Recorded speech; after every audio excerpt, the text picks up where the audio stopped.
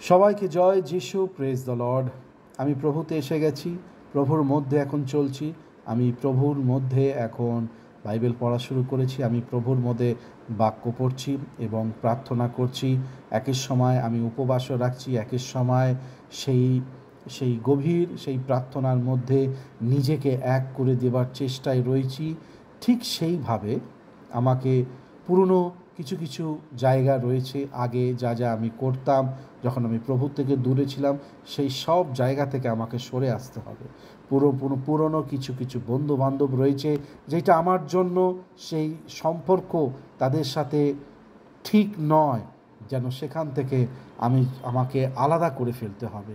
কারণ তার বিশ্বাস, সেই সব বন্ধুবান্ধবের বিশ্বাস এবং আমার বিশ্বাস এখন আলাদা হয়ে গেছে। তো সুতরাং আমাকে সেখান থেকে সরে আসতে হবে এবং পরিষ্কার জীবনযাপন করতে হবে। ঈশ্বর যেইভাবে চাইছে সেইভাবে আমাকে তার সাথে চলতে হবে।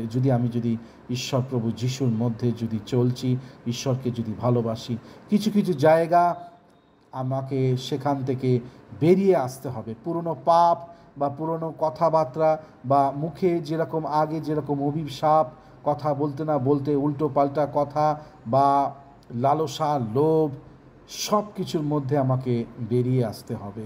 এমনকি পুরনো বন্ধুবান্ধব, এমনকি পুরনো জায়গা, এমনকি অনেক কিছু জিনিস আছে যা আমার জীবনে এক ছিল, এখন প্রভুতে আসবার পর সেই সব থেকে আমাকে বেরিয়ে আসতে হবে। জীবনকে পরিষ্কার করে তার বাক্য অনুযায়ী আমাকে মেনে চলতে হবে। যদি এইভাবে শুরু করি খ্রিস্টীয় পথ, তাহলে আমার জীবনে কষ্ট আসবে, আমার জীবনে তাড়না আসবে, কিন্তু সেইটার মধ্যে ঈশ্বর আমার সাথে থাকবে, সেইটার মধ্যে ঈশ্বর আমাকে ব্যাকআপ করবে। একটা জায়গার মধ্যে পিতরকে বন্দি করে দিয়েছিল, পিতরকে বন্দি করে দিয়েছিল, কিন্তু সেই পিতর ভয়ভীত হয়নি, কিন্তু সেই জেলের মধ্যে, সেই কারাগারের মধ্যে সে ঈশ্বরের ভজনা কীর্তন করেছে।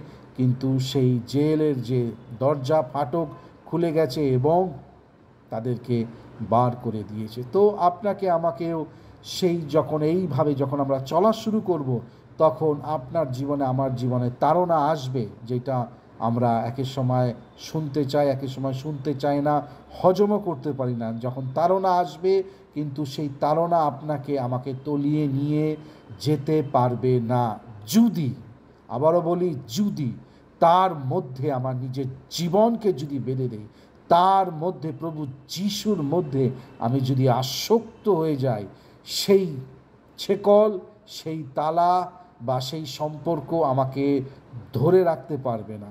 কেন? আমি ঈশ্বরের মধ্যে আসক্ত।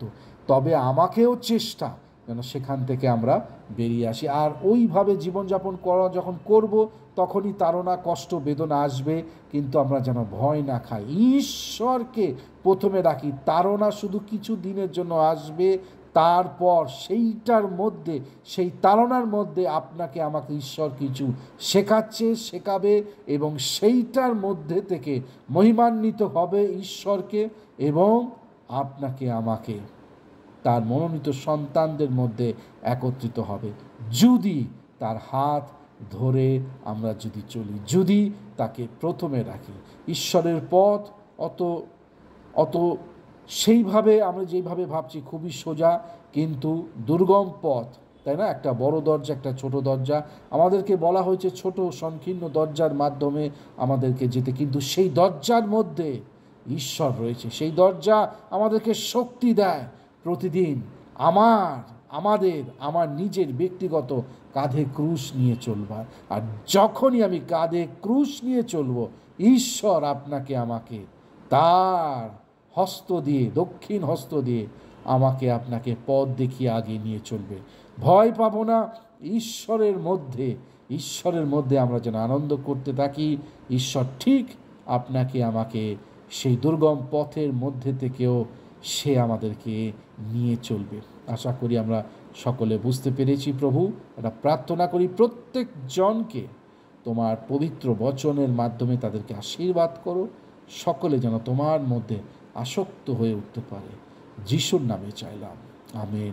যারা যারা সাবস্ক্রাইব করেননি, YouTube channel, Facebook page follow করেননি অবশ্যই করবেন, যেন ঈশ্বরের সত্যের বচন আপনারাও যেন গেঁথে উঠতে পারেন। সকলকে জয় যিশু, প্রেজ দ্য লর্ড।